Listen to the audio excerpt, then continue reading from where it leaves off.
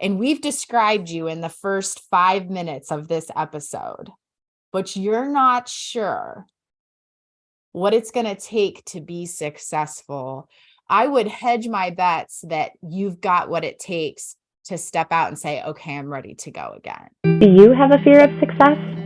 In my work with businesses and successful people of many stages, I began to notice that successful people know what success looks and feels like. Successful people know what they have been willing to give up so far for their success.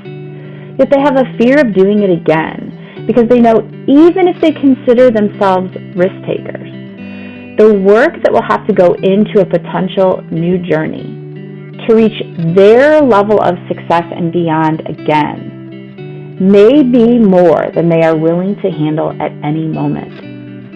This is what has led me to develop the series Fear of Success. My work with men helps them discover the mirror is their biggest competition. And the old me can't make decisions based on my old success journey. You never walk through the same river twice. Personally, I had this clarity when I started doing CrossFit. I was in my 50s when I began. The competition wasn't the 28-year-old in the gym. It wasn't the former Ironman. It was to be better than the man in the mirror the day before. It was about showing up, about putting in the effort, and it was about the journey. It was not about the destination. Often we make the mistake of destination addiction, thinking things will be different or better when. It is not about the destination. It is all about the journey. What affects us in our personal lives often isn't a problem at work. We make work a refuge. What affects us at work might not be a problem in our personal lives. But problems in either of these areas can bleed into the other. Very typically, I work with men who are incredibly successful, crush it in every aspect of their life until they walk through the door at home. Throughout this series, we will address some of the underlying issues men and women don't realize are a common thread between work and home. It isn't always comfortable. This work is uncomfortable. It is not uncommon for me to have a man tear up during coaching sessions. This work is hard and necessary for everyone, even the most successful. Fear of success is different from fear of failure. Fear of failure is that you won't succeed. Fear of success is what you traded in order to have success. It's fear of an unknown path. Those that fear success embrace failure. Creating connection in this journey crosses paths in our lives that if we don't address in business, can affect our personal lives and vice versa. I know personally my greatest assets are the connection and relationships I have with other brothers and women.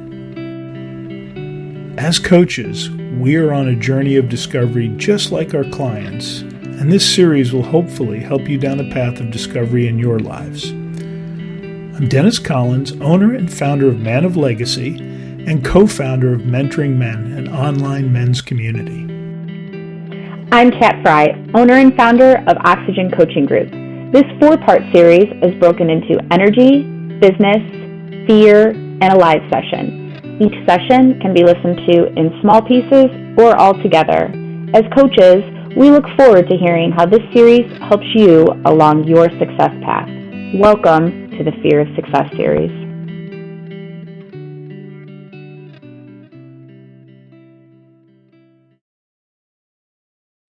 All right, welcome back, everyone. This is section 2 of our Fear of Success series. And today we're going to focus on business and how the business side of success will kind of center around whether we're willing to risk again and what that looks and feels like. So we're going to once again, say welcome to Dennis Collins for participating in this series and jump right in to how this will affect both our business and our personal lives. So welcome back, Dennis. Thanks. Thanks for having me, Kat. All right. When we notice clients are having a fear of success, one of the commonalities is that they make decisions as if they're in the same stage of life as they were when they started their success journey way back in the day. Like they slid down a game of Chutes and Ladders almost, and they have to like begin again, right? It was a great game when I was a kid. I loved that one. What would you say to someone who you have identified is in a bad game of Chutes and Ladders and maybe doesn't even realize it yet? You know, it's interesting because it's very common. And the reality is, we never walk through the same river twice. We're a different person. The river itself is different. And I think we have those, well, what'll happen if I'm successful? You know, what if things change? But we can't live a stagnant life. And if we just try to, and I look at it as, if you want to play it safe, and what you're doing is existing, not living, not thriving.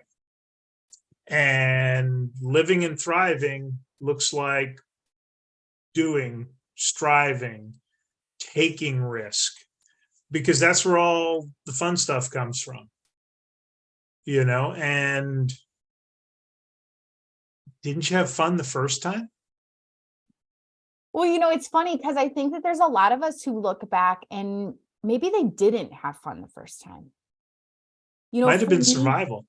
yeah, for me, I know I speak very fondly fondly and often about my dad and the success that my dad had. My dad was, for those of you who are new to my channel, my dad was a very successful entrepreneur, and I work very hard to follow a lot of the things that he did and that he taught me.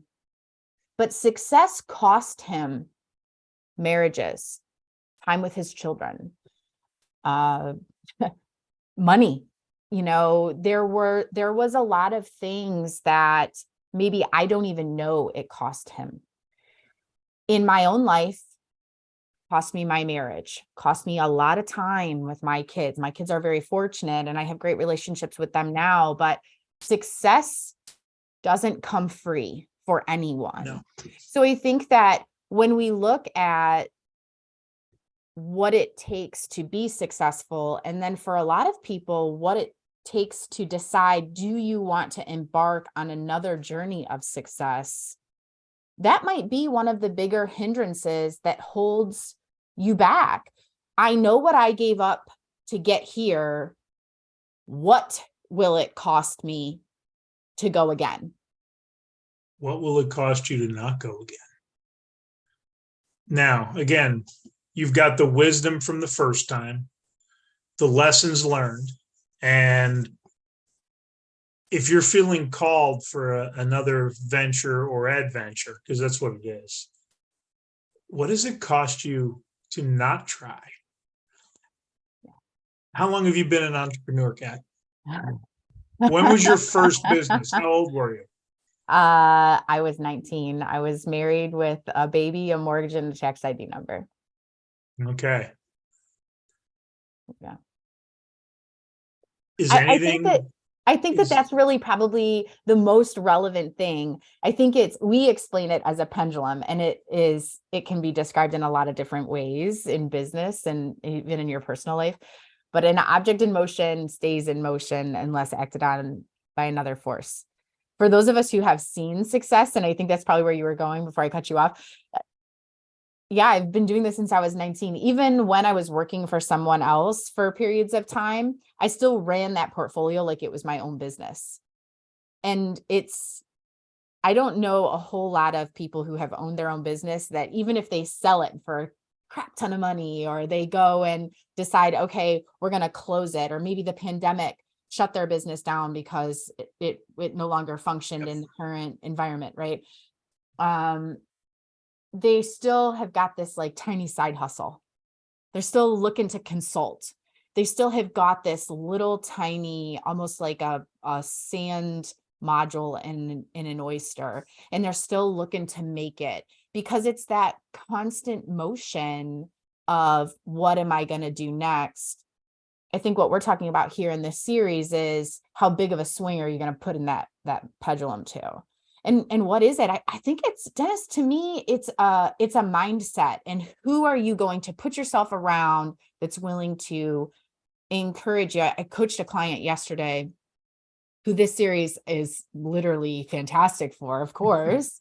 And I said to him, give yourself some grace. You got yourself here through tons of adversity. I mean, exponential amounts of adversity for this client. And his answer to me was, yet I know I have to remain humble. True. Which one, who do we know that shouldn't remain humble as we should, right? But I also think, which I said to him, we need those people around us who can say, yes, but I'm proud of you. You did a great job. Yes, we see you. And that's that piece of community that I think we all need so desperately. Well, and you mentioned the selling the business.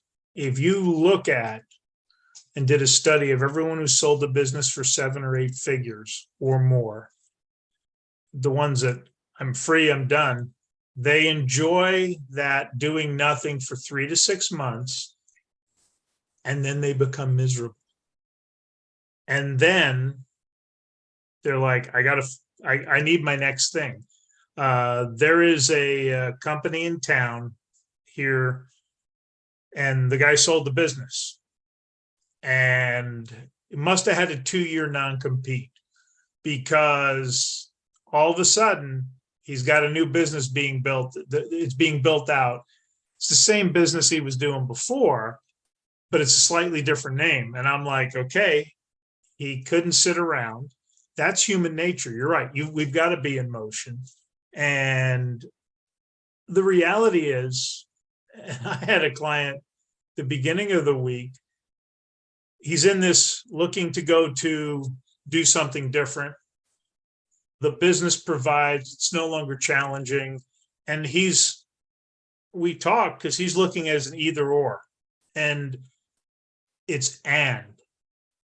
If you can do it now with one arm tied behind your back, you need a good number 2. You don't have to sell it or dispose of it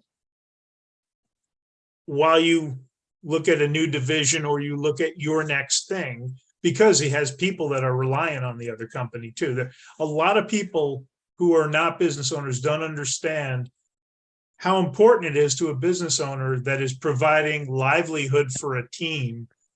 That is as important to them as the business itself, because you're putting food on their table. You're paying for mortgages. Their kids go into school. How could you not be proud of that? Yeah, you need to be humble, but I've talked to some business owners. They talk about their teams first. It's not about how much money they make.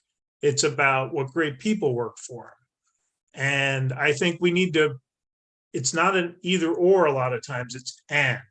Both You and. just had an acquisition. You didn't shut down your existing business. You acquired, and it's an and. And it just means you get to have some excitement because you have something new. And something new requires different focus, attention, and energy. It's always, I just told someone this the other day, and for people who are listening that ask this question, I will rat you out if you do this. Don't do this. This is like another pet peeve of mine, waitresses who ask, do they need change? This is almost as bad. When I talk about my team on a podcast, when I'm being interviewed, and someone says to me, who is we? Inferring that I have co-owners. It's the biggest tell. I don't have co-owners. It's mine. But I would never speak of my team like they are less than, or that I am more than something without them. You got to have that team mentality. And I think for people who aren't humble they wouldn't have the success that they have now, that get to this point. They don't give themselves enough grace. So if you have figured out in your head, hey, this is me, they're talking about me, I would never speak of myself like this. My team, they're my people. I'm not sure. And we've described you in the first 5 minutes of this episode, but you're not sure what it's going to take to be successful.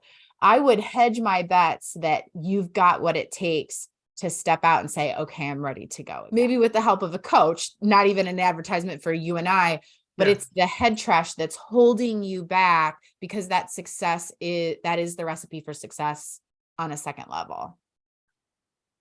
Think about negative self-talk. Oh, We talk to ourselves, and I don't do this anymore, I want to be clear, but in the ways most people talk to themselves, they wouldn't allow any other human being to talk to them like that. Yeah. And that's, again, getting those mindset shifts. Oh, I'm such a loser, I'm a failure. No, you're not. and the fact that you're concerned about things and you're worried about the people working for you and things like that tells me you're a good leader. Kat, my first boss after college was Tim Farr. And we did something, we were at the top statistically in our department, company-wide, and there was some bigwig in congratulating him, and he went, "It's not me, my team." That lesson stuck with me, because we had another manager in that office. It was, look what I did, look what I did. And they had turnover insane in that department because that person had issues. And I had a boss that he just passed the credit down, and he took the blame when things didn't go well, but he always passed the credit down. It isn't me, it's my team. And I've been fortunate. I can count a few bosses like that. I've had a few good ones over the years when I've not been self-employed. And the worst part about those bosses is you have to work harder for them. Yeah. Because I don't want to ever disappoint or lose respect in their eyes. Yeah, I think that if you haven't watched this series in a sequential order, it would be a good point right now to go back and listen to the energy series, because I think that what we were talking about in the energy series here is that's the natural transition. How do you feel about the position that you're in, even at work or even in that relationship with another person? Because that's the check-in that we referred to in the energy series. Yes, about being around other people. If you are feeling like, hey, this is it, right? I'm watching this Fear of Success series because I think it's relevant to me. One of the things that I always tell people, or I describe a situation to, is called put a shark in your tank. And I love this story. When I heard it, I actually heard it quite a few years ago, and I'm still talking about it. So it rang true for me. It was a story about a very high-end restaurant in New York serving seafood. And obviously there is not any kind of seafood organically in New York City. So they were flying it from the West Coast to New York City. And by the time it would get to New York City, the fish that was supposed to be in a live tank was dead. And no one could figure out why, in a matter of hours, all of the fish were going from the West Coast to New York City and would be dead that fast. And what they discovered was, if they put a shark in the tank, that not all of the fish would be alive when they got to them, but a whole lot more of them were. And it proved that they needed that fight or flight instinct to continue swimming. If they just Get put them them in to move. Yeah, if they just put them in a tank, they would, in essence, drown, right? So in the real world application, we need a little bit of competition. We need people around us that are going to push and really encourage us to get out of our box, out of our comfort zone, as my boyfriend tells me all the time, get out of your comfort zone. And and I think that it is extremely applicable to those of us who think, man, I'm tired, right? Like, I'm done working this dang hard. But we also know we want something bigger. And what are we willing to do to put a shark in our tank? It's true. And you made me think of a quote by Marianne Williamson. Our deepest fear is not that we are inadequate. Mhm. Our deepest fear is that we are powerful beyond measure, and it is our light, not our darkness, that most frightens us. And that's the quote where everyone stops. And it goes on, though. We ask ourselves, who am I to be brilliant, courageous, talented, and fabulous? Actually, who are you not to be? You're a child of God. Playing small does not serve the world. There's nothing enlightened about shrinking so that other people will not feel insecure around you. We were born to make manifest the glory of God that's within us, and not just some of us, it's in everyone. And as we let our light shine, we unconsciously give other people permission to do the same. As we are liberated from our own fear, our presence automatically liberates others. They Liberated always from do our that own fear. first part, huh? Liberated from our own fear. Our own fear. And they always read that first little part about, but the whole quote is beautiful because it goes right to what we're talking about in this series, liberating ourselves from our fear. Well, what if? And you and I know what percentage of the things that people are afraid of actually happen. It's like a dot in a giant circle, but we put all our energy on the what if it goes even better than you thought. Yeah. So I will tell you another great story about my dad. For those of you who don't know me, I talk about my dad a lot. He's a really good guy. So my dad used to 9 years. My dad has been gone for 9 years. So even 9 years ago, cash was still a thing. My dad would pay cash when we would all go out to dinner, and he would jingle the change in his pocket. So 9 years ago, I still had little people around my house, and he would ask my kids if they wanted to trade whatever they had in their hand. So we're talking tooth fairy money at this point in their lives, or if they were allowed to pay the bill. Maybe Papa still had other money in his pocket, if they wanted to trade. For little kids, this is a big deal because Papa potentially had whatever he in his pocket could be significant. And sometimes they didn't want to trade. Like the $2 bill that came from the tooth fairy was kind of a big deal around our house. But, it could have been, who knows? He was teaching a couple things. Are you worried about what's going on? What happens if you lose? Risk. And my children now, 10, 11, 12, 13 years later, my children have such that fear is so small. Yet as adults, we blow it so far out of proportion. And I wish I would have been the one that was wise enough I feel like once I have grandkids, I feel like I'm going to walk around jingling change in my pocket just to make my, manifest what my dad was doing. But if we thought of it that simple, if our grandfather was walking around jingling change, would I jingle that? Would I trade what I have for potentially the change sound in my dad's pocket?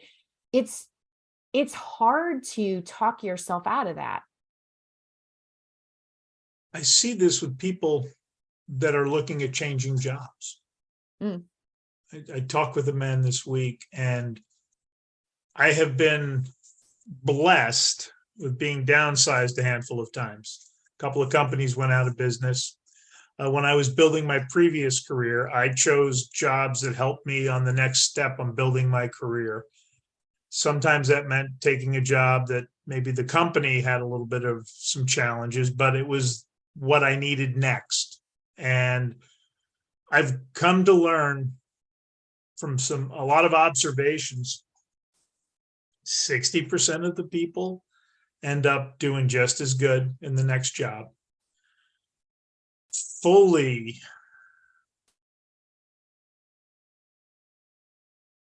30 to 35% do far better.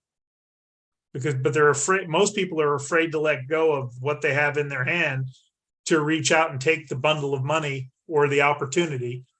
And then there is that small percentage that do struggle, but they were struggling before, probably should have been let go, or they weren't happy. There's a lot of other issues there, but I have seen over 2 decades of this now, the majority do 95% plus do as good or better, some significantly better, but almost all of them have the fear. And then when there's a downsizing, they don't get the option of not looking outside and looking to improve or take a chance or to take on a new business venture. They have no choice. And this is how the results seem to play out consistently. So it's when you can overcome that fear, because I'm willing to bet your dad had more than $4 in his pocket every time he offered the trade for the $2 bill. Yeah.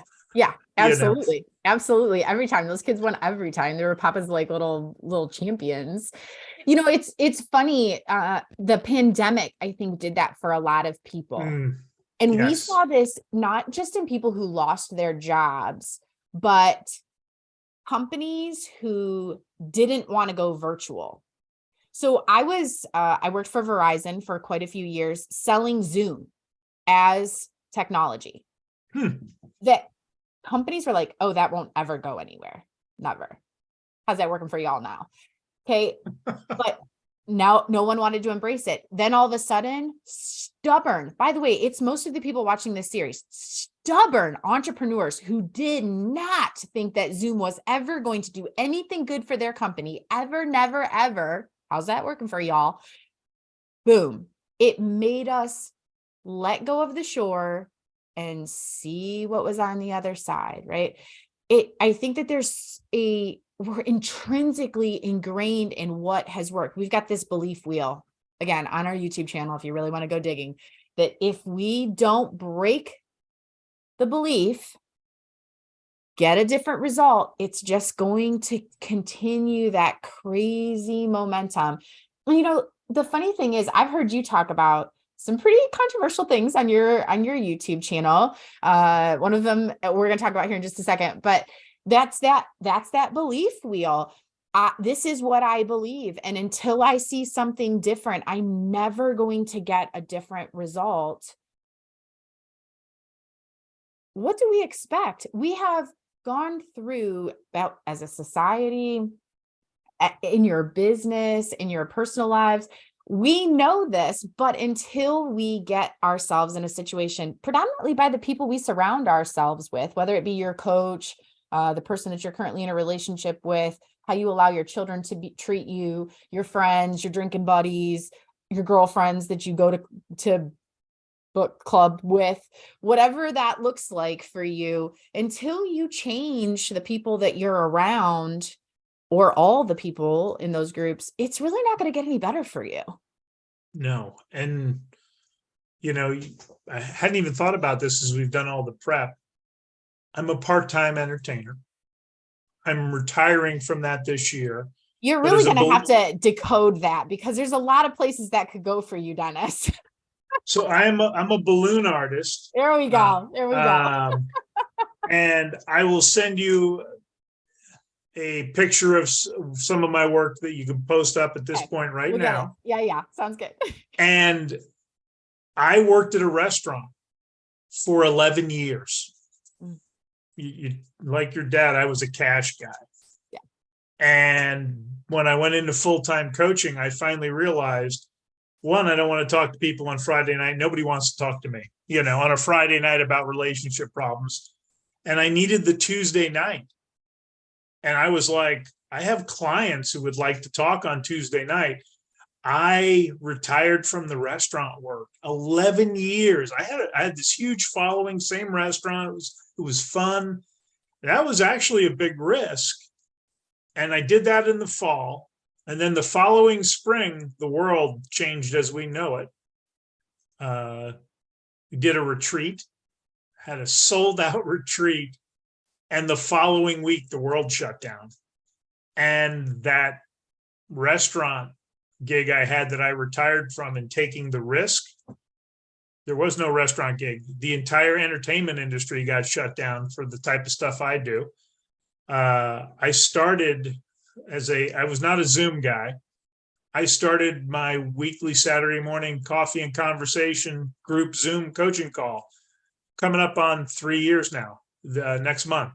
Congratulations. And it's a blast. And we're seeing the numbers grow, but I was forced into I made one change where I looked at it and I'm like, I need to do this for what I'm doing the rest of my life. And then the balloons got taken away from me. And quite honestly, I learned just how much that was part of me. And then I'm leaving on my terms now because the balloons are interfering with my full-time coaching business, because I can't go to a men's meetup if I have a contract, because I put my name down saying I will be here for this event. And now I retired from 30 years in safety to be a full-time coach, and I'm retiring from the balloons. And I don't look at it as a risk. And even with the safety, I was certified, had all this stuff I needed to have. I let it all go. I didn't keep it in retirement status. I just said, I'm done that part of my life. I haven't regretted it one moment, because all of my energy is moving forward and focus forward. There is no option to fail. I burned my ships. I don't know that we'd give that advice, Dennis. So I don't know. Because I think that what you and I now at a place, and again, we're two coaches talking to you. So the mindset that we have, we get tons of repetition and exercise from. So what I always want to preface to people listening here is we didn't get this way overnight. We have tons of repetition of working with clients, and what takes a client time to do, we do that multiple times a day. So be graceful and patient with yourself. I'll give this example of what happened at the end of 2022. One of the questions that we posed on our LinkedIn profile for some of our business owners to start in a discussion was, what qualities do the communities that you want to be in possess? At the end of the year, I'm not a big resolution person, but I do think that there's a reset that we allow ourselves in with a new year. So if you're going to choose to be in a community, what do the qualities of those communities possess? Well, my very wise and loving communities that I host turned that around on me and asked me what I thought they should do. God love them. Good for them. They're good students, Dennis. I tell you, they're good students. And it's great, because that was a wonderful tool that they all did to me. And I think that in being able to answer that for them, the answer is, I don't want to be in communities where I'm always the big fish, where I'm always the one that has an opinion. And little did they know we were going through a large acquisition and purchasing an organization and taking on a pretty significant risk. So good on them. But I also want to know what the people around me or that want coaching from me, what is it like to be you? What do you experience? Because I'm not God. Please, Lord, don't think I'm God. I don't have all the answers. A lot of times I'm here to facilitate what you need, not give you what I would do.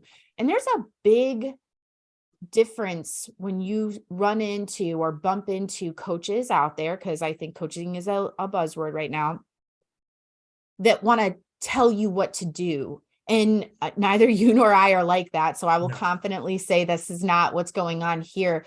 But how can we get you to think outside the box? How can we get you to think, man, who is the shark in my tank? What do the communities look like that I'm in? Who is casting judgment on me that I shouldn't be taking that judgment? Or how do the people that I'm listening to, maybe even today, host a community that will help me decide, yeah, that's a level of success I want, or no, I really do not belong there right now based on my current situation? Our job is to help them get clarity. Yeah, it's funny because we don't ever tell anyone what to do. We ask questions and we get them to figure out, oh, this is next. And I've had some clients that in the first conversation with every fiber of my being, I really want to go, you need to divorce her. That's not my job. Right. And I walk them through figuring out what they need to do. Just because, and this is the exception, there's a lot of it depends with any personal situation, but there's every now and then, if the roles are reversed and you were talking to a woman, you'd be like, you need to divorce him. But we can't say that because it's not ours to tell them what to do. And then they figure it out. But you sometimes have to go through the uncomfortableness of the journey, of the growth, to get to the point to understand what is best for you, even if it's not what you wanted or signed up for, it's what you need to do. And it's interesting because I never give the burn the boats advice. I'm a Dave Ramsey guy. You bring that boat as close to the dock as you can. You work that side hustle until it's getting too busy, then you make the switch. Now, I did that part-time as a coach for a couple of years, and then I realized, nope, this is what I'm supposed to be doing. I had no doubt and was loving it. It didn't feel like work. And for me, it was like, I'm never going back to the other because I know what my mission is. But you're right. It's about helping people get the clarity so they know what they need to do next and that they're good with it, even if they don't like it. Sometimes they don't like the decision, but they are at peace with it. I think that one of the things, and I promised we would talk about this during the business session, so we're going to talk about it because it's controversial and deals with every business owner that I know. And I think from both contractual standpoint and then from the personal standpoint that Dennis likes to live in, the thing that business owners don't give themselves credit for once they've reached a level of success is the knowledge that they have and how wide and expansive what they know, how it will apply to other things. So there's your tee up. Dennis and I got on a pretty interesting topic regarding prenups at one point. He starts to laugh. And just how they apply. And for those of you who do or don't know, I'm a very happily divorced woman.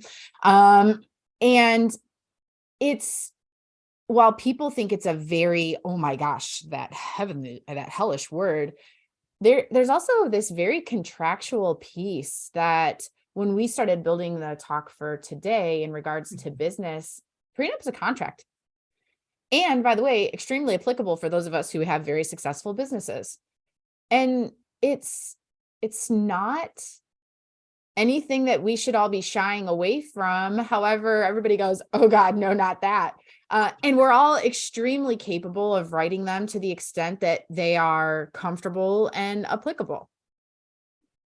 So the acquisition you just went through. Yeah. How much paperwork was involved in inches? Very little. Okay. But at least Dennis, 10 I'll tell you pages. what my daughter said to me after this. My daughter has been kind of overseeing in a portion of this. She goes, you're scary and I don't ever want to negotiate anything with you ever again because you always get what you want.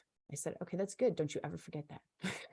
But there was a legal document. Yeah. And I just finished my series on prenups. The last one dropped today. And I think I said in that, I know I said in one of it, my last conversation with the prenup with Melanie, we were naked in bed. I'm so proud of that, Dennis. I am, because most people, they get anxiety, their chest gets tight. And again, you talk about feeling the energy, you could feel that change. But I'm a man who was allergic to marriage.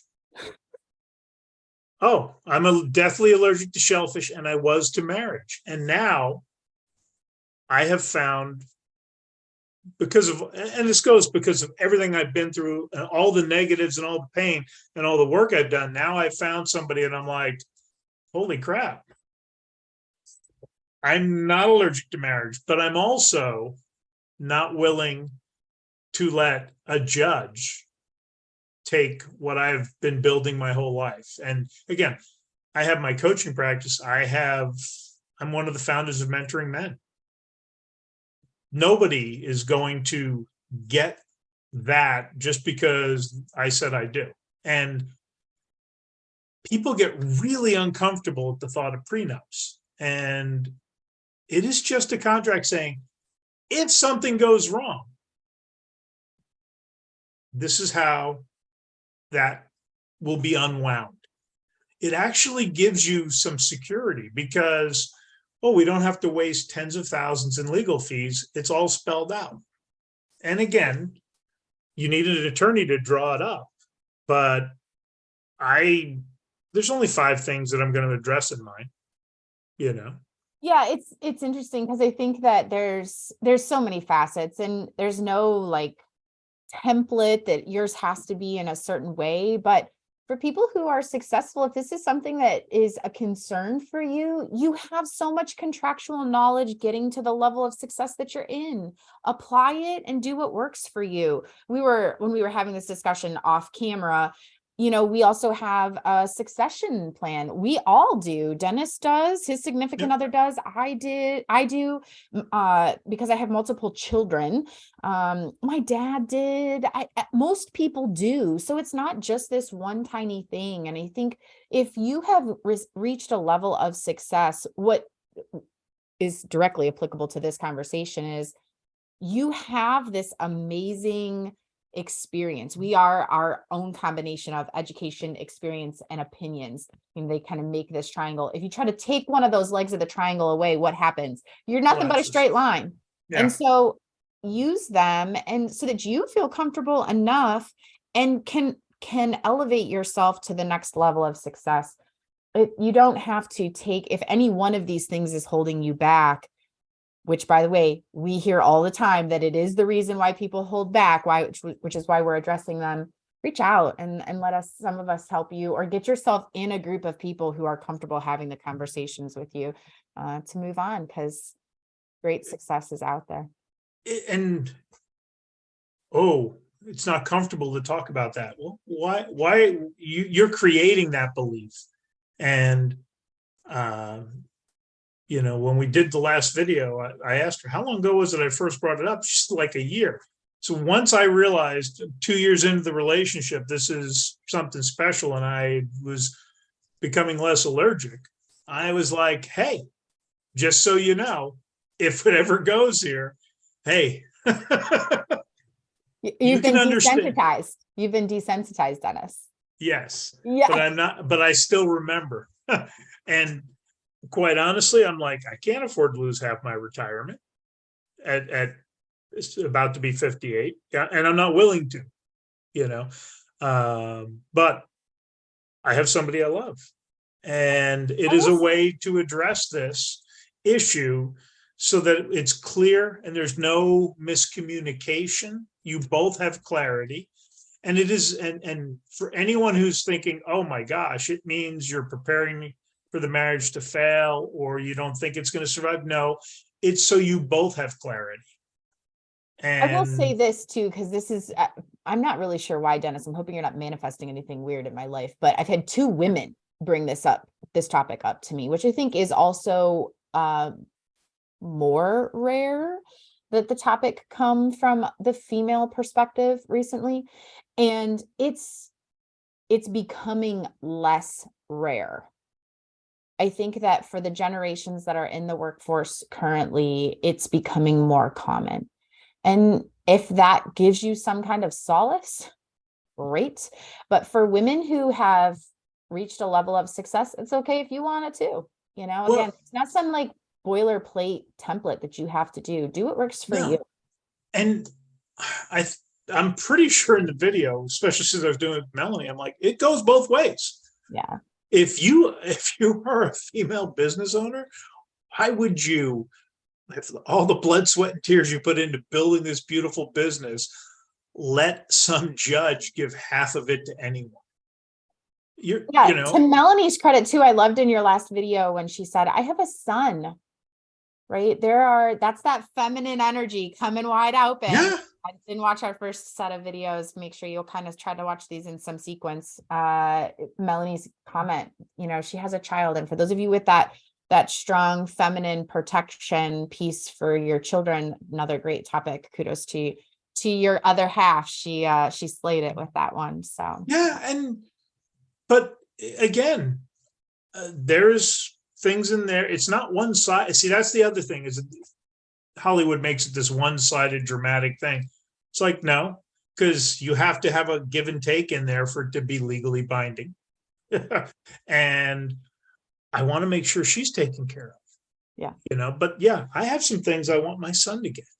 Right. And all it is outlining what our desires and intentions are. And, she had to sign a roommate agreement before she moved in. Okay, Sheldon Cooper. Good No, Lord. mine's one page. Oh gosh. It's it. Not even a full page. No. But here's the thing. You know what else it said in there? It said in the event that she has to move out, the relationship ends, she would get X number of months to find a new place to live so that she isn't thrown out on the street, which you can't do legally, but it isn't morally right. It doesn't sit well with me. And I wanted to give her security, but I've never given a key to my house to anyone, and she's moved in. And no, I'm not as bad as Sheldon. Simple document just saying that she is living here now. I'm impressed.